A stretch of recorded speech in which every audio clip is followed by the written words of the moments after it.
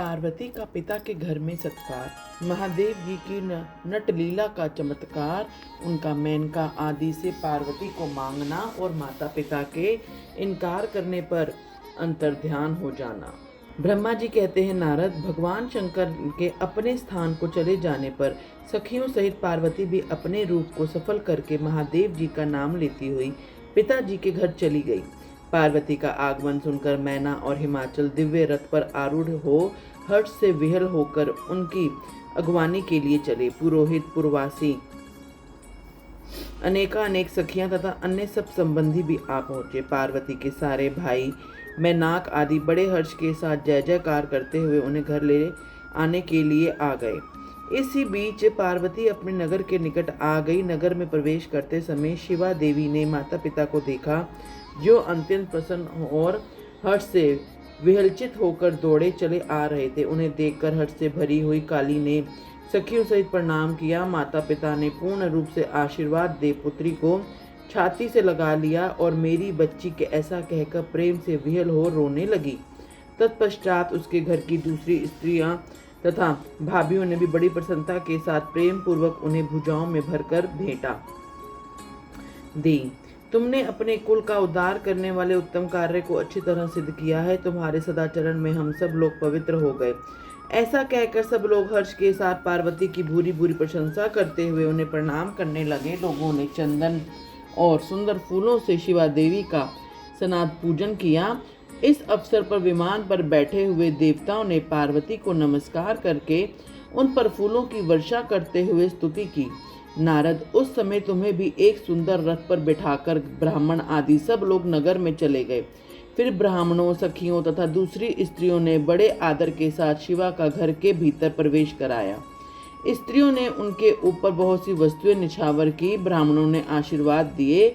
मुनीश्वर, पिता हिमवान और माता मेनका को बड़ी प्रसन्नता हुई। उन्होंने अपने गृहस्थ आश्रम को सफल बनाया और यह अनुभव किया कि कुपुत्र की अपेक्षा सुपुत्री ही श्रेष्ठ है। गिरिराज ने ब्राह्मणों और वंदीजनों को धन दिया और ब्राह्मणों से मंगल पाठ करवाया। मुने, इस प्रकार पार्वती के साथ हर्ष भरे माता पिता, भाई तथा भुजाइयां भी घर के आंगन में प्रसन्नता पूर्वक बैठी। तदंतर हिमवान प्रसन्नचित से सबका आदर सत्कार करके गंगा स्नान के लिए गए। इसी बीच में सुंदर लीला करने वाले भक्त वत्सल भगवान शंभु एक इच्छा नाचने वाले नट बनकर मेनका के पास गए। उन्होंने बाएं हाथ में सींग, दाहिने हाथ में डमरू ले रखा था, पीठ पर कथरी रख कर छोड़ी थी। लाल वस्त्र पहने हुए भगवान रुद्र नाच और गान में अपनी निपुणता का परिचय दे रहे थे। सुंदर नट का रूप धारण किए हुए भगवान शिव ने मेनका के पास बैठी हुई स्त्रियों की टोली के समीप सुंदर नृत्य किया और अत्यंत मनोहर नाना प्रकार के गीत गाए। उन्होंने वहां सुंदर ध्वनि करने वाले प्रकार की बड़ी मनोहारिणी लीला की। नटराज की उस लीला को देखने के लिए नगर के सभी स्त्री पुरुष एवं बालक और वृद्ध भी सहसा वहां आ पहुंचे। मुने, उस सुमधुर गीत को सुनकर और उस मनोहर उत्तम नृत्य को देखकर वहां आए हुए सब लोग तत्काल मोहित हो गए। मैना भी मोही गई। उधर पार्वती ने अपने हृदय में भगवान शंकर का साक्षात दर्शन किया। वे त्रिशूल आदि चिन्ह धारण किए अत्यंत सुंदर दिखाई देते थे। उनका सारा अंग विभूति से विभूषित था। वे हड्डियों की माला से अलंकृत थे। उनका मुख सूर्य, चंद्र एवं अग्नि रूप तीनों नेत्रों से उदासित था। उन्होंने नाग का यज्ञोपवीत धारण किया था। उनके उस सुरमय रूप को देखकर दुर्गा प्रेमावश से मूर्छित हो गई और गौरव वर्ण विभूषित दीन बंधु, दया सिंधु और सर्वथा मनोहर महेश्वर पार्वती से कह रहे थे कि वर मांगो। अपने हृदय में विराजमान महादेव जी को इस रूप में देखकर पार्वती ने देवी ने उन्हें प्रणाम किया और मन ही मन वह वर मांगा कि आप मेरे पति हो जाइए। प्रीति युक्त हृदय से शिवा को वैसा कल्याणकारी वर देकर वे पुनः अंतर्ध्यान हो गए और वहां पूर्ववत भिक्षा मांगने वाले नट बनकर उत्तम नृत्य करने लगे। उस समय मैना सोने की थाली में रखे हुए बहुत से सुंदर रत्न ले उन्हें प्रसन्नतापूर्वक देने के लिए गई। उनका यह ऐश्वर्य देखकर भगवान शंकर मन ही मन बड़े प्रसन्न हुए, परंतु उन्होंने उन रत्नों को स्वीकार नहीं किया। वे भिक्षा में उनकी पुत्री शिवा को ही मांगने लगे और पुनः कौतुकवश सुंदर नृत्य एवं गान करने को उद्यत हुए। मैना उस भिक्षुक नट की बात सुनकर अत्यंत कुपित हो उठी और उसे डांटने फटकारने लगी। उनके मन में उस बाहर निकाल देने की इच्छा हुई। इसी बीच में गिरिराज हिमवान गंगा जी से नहाकर लौट आए। उन्होंने अपने सामने उस नराकार भिक्षुक को आंगन में खड़ा देखा। मैना के मुख से सारी बातें सुनकर उनको बड़ा क्रोध हुआ। उन्होंने अपने सेवकों को आज्ञा दी कि इस नट को बाहर निकालो। मुनिश्रेष्ठ, वे नटराज विशालकाय अग्नि की भांति अपने उत्तम तेज से प्रज्वलित हो रहे थे। उन्हें छूना भी कठिन था, इसलिए कोई भी उन्हें बाहर ना निकाल सका। तात फिर तो नाना प्रकार की लीलाओं में विशारद उन और भिक्षु शिरोमणि ने शैलराज को अपना अनंत प्रभाव दिखाना आरंभ किया।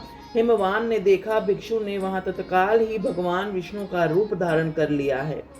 उनके मस्तक पर किरीट, कानों में कुंडल और शरीर पर पित्त वस्त्र शोभा पाते थे।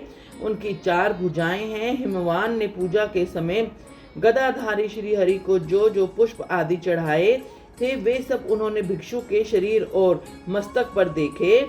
तत्पश्चात गिरिराज ने उन भिक्षु शिरोमणु को जगत सृष्टा चतुर्मुख ब्रह्मा के रूप में देखा।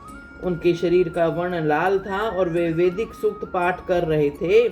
तदंतर शैलराज ने उन कौतुककारी नटराज को एक क्षण में जगत के नेत्र रूप सूर्य के आकार में देखा। तात इसके बाद वे महान अद्भुत रुद्र के रूप में दिखाई दिए। उनके साथ देवी पार्वती भी थी। वे उत्तम तेज से संपन्न रमणीय रुद्र धीरे धीरे हंस रहे थे। फिर वे केवल तेजोमय रूप से दृष्टि गोचर हुए। उनका वह स्वरूप निराकार, निरंजन, उपाधि शून्य, निरह एवं अत्यंत अद्भुत था। इस प्रकार हिमवान ने उनके बहुत से रूप देखे। इससे उन्हें बड़ा विस्मय हुआ और वे तुरंत ही परमानंद में निमग्न हो गए। तदंतर सुंदर लीला करने वाले उन भिक्षु शिरोमणि ने हिमवान और मैना से दुर्गा को ही भिक्षा रूप में मांगा।